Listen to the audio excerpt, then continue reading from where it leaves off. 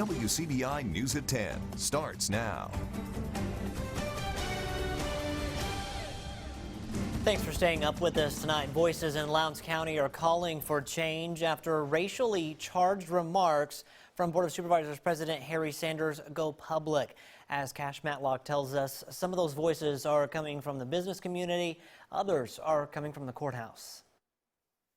And I feel like Black lives are extremely important, and apparently the supervisors in this county don't agree. Courthouse protesters calling for immediate action from county supervisors in response to comments made by Board President Harry Sanders. Must go! Harry Sanders must go! Harry Sanders must go! District 2 Supervisor Tripp Harston released this statement early Wednesday morning. I support immediate action to remove Harry Sanders as president of the Lowndes County Board of Supervisors. But we cannot reach our goals while being led by presidents with those views. These goals could include future economic development in Lowndes County. With corporations looking to relocate here or even locate here with various businesses, those type comments matter. And people take those to heart. And I am concerned about the economic development impact of those statements. Chief Executive Officer of the Golden Triangle Development Link, Joe Max Higgins, had this to say in regards to Sanders' comments. Quote, "We are deeply saddened and disappointed that Supervisor Harry Sanders, a partner who has contributed to the growth of our region, made statements in meetings and in subsequent news interviews which cast a disturbing and negative shadow on our community." End quote. It was a vote on removing the Confederate statue in front of the Lowndes County Courthouse that prompted Sanders' comments to a local newspaper. Supervisors voted 3-2 to keep the monument where it is. Now that could change. Harston voted Monday to leave the monument in place. He has since changed his mind. I couldn't move forward with keeping the monument where it was when there's so much controversy now regarding those comments. With the cooperation of the mayor, and when he offered to pay for half of the move and also to accept in the Friendship Cemetery, that was a big thing. Protesters at today's rally say it's important for other leaders, especially white community leaders, to take a stand. It's important for white people to speak up. We have privilege, and it's time for us to use our voice in order to support our Black brothers and sisters who need us. There has never been a more important time to use your voice. The backlash is spreading throughout the community. One group is calling for Harry Sanders to do more than step aside as president of the Board of Supervisors. The NAACP held a press conference at the courthouse calling for Sanders to resign from office altogether. Lowndes County Branch President Levon Harris says Sanders' comments were not only hurtful but also brought back dark memories of slavery, and says she's going to do all she can to see Sanders step down. We done been down that history. You don't know what slavery's about. You ain't never been whooped, beat, had to get up, been raped, you know, when you want to, anytime you feel like beat, go to bed hungry. He not used to that. And Harry's living a good life, but he don't understand he living a good life off of slaves. The group that gathered this morning all say they care about Lowndes County and its future. Now, as our Bobby Martinez found, it was a diverse group with a common goal. A call for action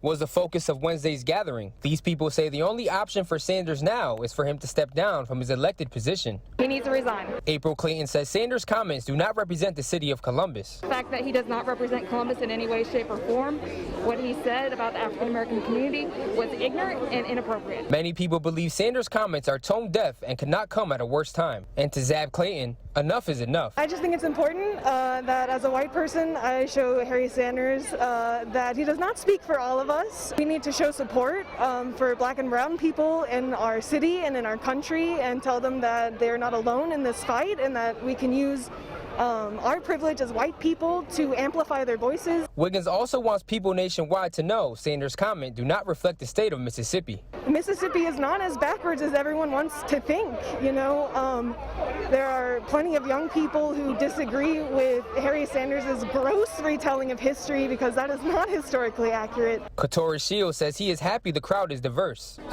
I believe that it is great that we had a whole multitude of races, not just black, white, but all people to come together. And that's what we have to do as a community, come together to lift not just black, but the whole community up.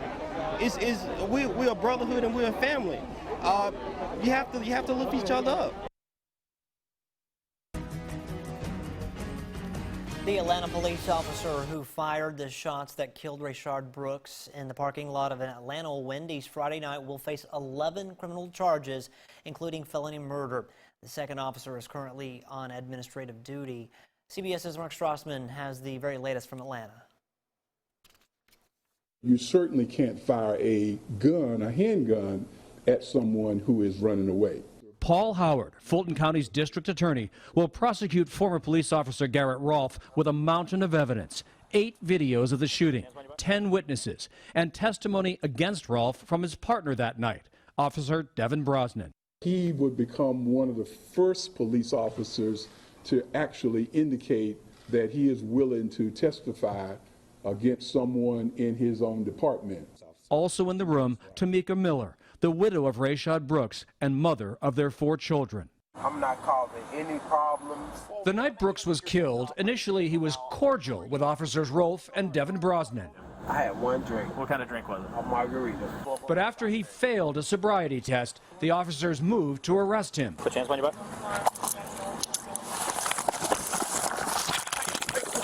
Hey, stop fighting! Stop fighting! Stop fighting!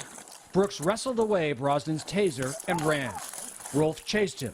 Brooks, running in the Wendy's parking lot, fired the taser wildly. Video shows Rolfe firing 3 gunshots. As Brooks lay mortally wounded, Howard says Rolfe kicked Brooks and Brosnan stood on his shoulder. After 2 minutes, Rolfe began giving Brooks CPR. Mr. Brooks, keep breathing. The medical examiner ruled Brooks had 2 gunshot wounds in his back. Atlanta lit up in outrage. The Wendy's burned. Protesters squared off with riot police. Rolfe was an Atlanta cop for almost 7 years. He was involved in a 2016 shooting and received a written reprimand. Tamika Miller says Rolfe destroyed her family. I don't know what I would have done if I would have seen that for myself, but I felt everything that he felt just by hearing what he went through. And it hurt. It hurt really bad. Late this afternoon, the attorney for Officer Devin Brosnan said his client is cooperating with prosecutors, but has not made a decision to testify against Rolfe. Mark Strassman, CBS News, Atlanta. Rolfe and Brosnan have until 6 p.m. tomorrow to turn themselves in. Now, if convicted on all of the counts, Rolfe could spend the rest of his life in prison. If timing is everything, then take a moment tomorrow morning to watch part 2 of Better Together, a mid-morning conversation. Andrea Self talks with attorney and West Point pastor Orlando Richmond, Nadia Colomb, the former executive director of the Golden Triangle Boys and Girls Club, and Tupelo's Leah Davis, a recent graduate from the University of Mississippi, and Jason Roberson, a student at Morehouse College. Now, this group talks about the real meaning behind those terms we so often hear. Systemic racism, Black Lives Matter, and what it means to be an ally. A valuable conversation, especially right now. And that systemic racism is one of the most researched terms in the country right now.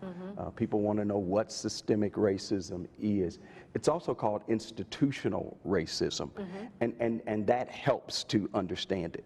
It means that as a part and parcel of our institutions, racism has been embedded. We'll hear a lot of people say, I'm not racist, but it is not enough not to be racist. So, Leah, I want to ask you, what does it mean to be anti-racist versus I'm not racist? So I think when you say I'm not racist, you are avoiding the responsibility that you have in the conversation.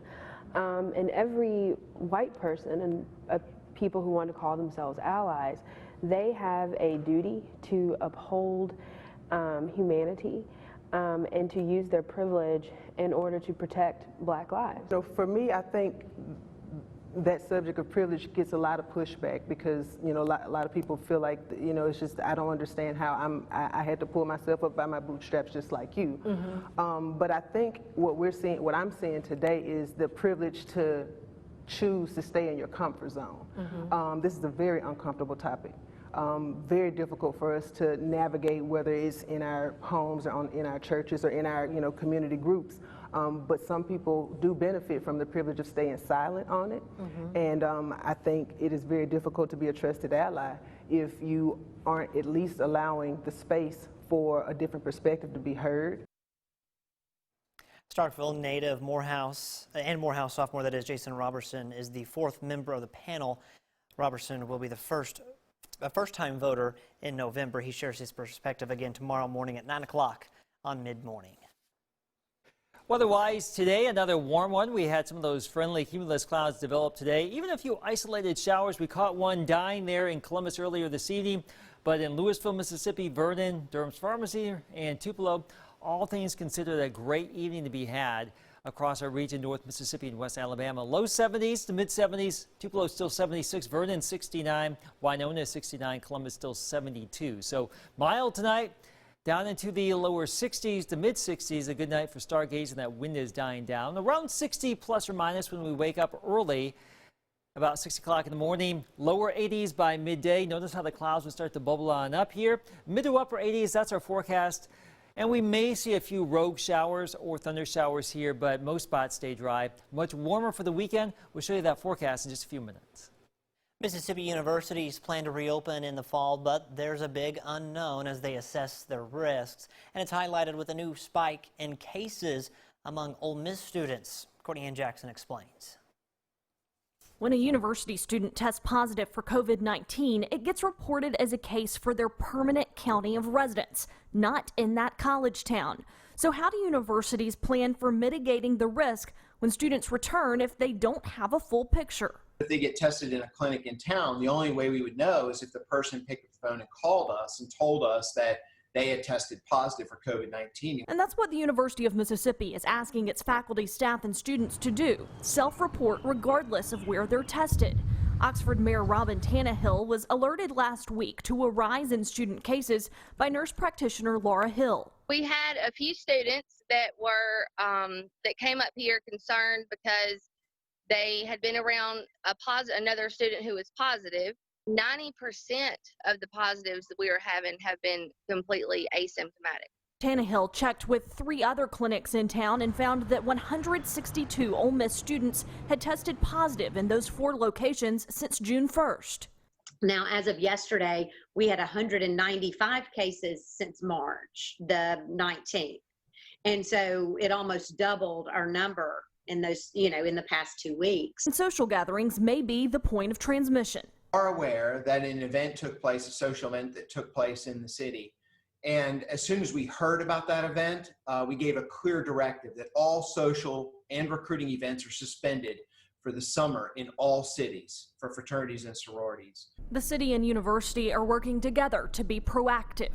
We have created our own form that we will be asking our clinics to give us information. Several that I've spoken with have said, I can give it to you once a week. Courtney Ann Jackson, WCBI News.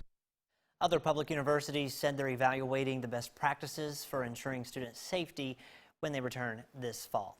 All right, we're going to send things back over to Chief Meteorologist Keith Gibson. Keith, another beautiful sunset out there tonight. We're just loving life right now, aren't we? Definitely, man, definitely. I tell you what, we've had some great sunsets, and this was the view earlier this evening. Look at that, some of those clouds in the right place at the right time. Also in North Mississippi right there. Not too bad at all. Download the WCBI News app. You can get the forecast, of course. You can also share your pictures and videos. Your full forecast is next. Your WCBI First Alert AccuWeather forecast with Chief Meteorologist Keith Gibson. Inching closer and closer to the weekend. We'll have that weekend forecast in just a split second. Let's talk about tomorrow first. Here Thursday in Amory, we start out in the low 60s. If you're lucky, some spots getting into the upper 50s tonight. Mid to upper 80s expected. I think by midday we'll start to bubble up some of those clouds again, and we may see a stray shower or thunder shower tomorrow, but really most spots stay dry. Although some of you today got in on the action, a little bit of shower activity out there, but about 85 to 90 here. Pretty good bet across our region. Here's our first alert forecast tonight. We've got Blue helping us out tonight. There's Blue getting ready for some warmer weather here. Wow, look at those toasty temperatures as we get into your Saturday, 94 degrees. Summer officially starts this weekend. It is going to look and feel like it. Let's fly over to central North Carolina, Rocky Mount, east of Raleigh. Look at all of this wet weather, the flooding, all of that due to this persistent area of low pressure that has produced anywhere from about 2 to 7 inches of rain, a stripe of very heavy rain across the Carolinas into Virginia. Now, this is the system we've been monitoring all week long. We are on the western fringe of it, and this thing indirectly produced some of those showers we had earlier today, and that could also gin up some of those isolated showers tomorrow around here, if you can believe it. The bigger storms today up here across North Dakota, Minnesota, very strong storms, hail, wind. Your standard summer fare up here across the high plains, South Dakota and Nebraska, and another cluster down here in the Texas Panhandle. So some big time storms across the high plains. We're watching this front. I know it's a long ways away. That front is a long ways away from here, but that front is going to get closer and closer to us and could actually give us some rain chances early next week. Now tomorrow, the area of low pressure in the Carolinas and Virginia starts to nudge off to the east a little bit. We're still going to be on the western side of it, so those clouds will bubble on up. We may see a few isolated showers. Those will go away tomorrow evening, much like this evening.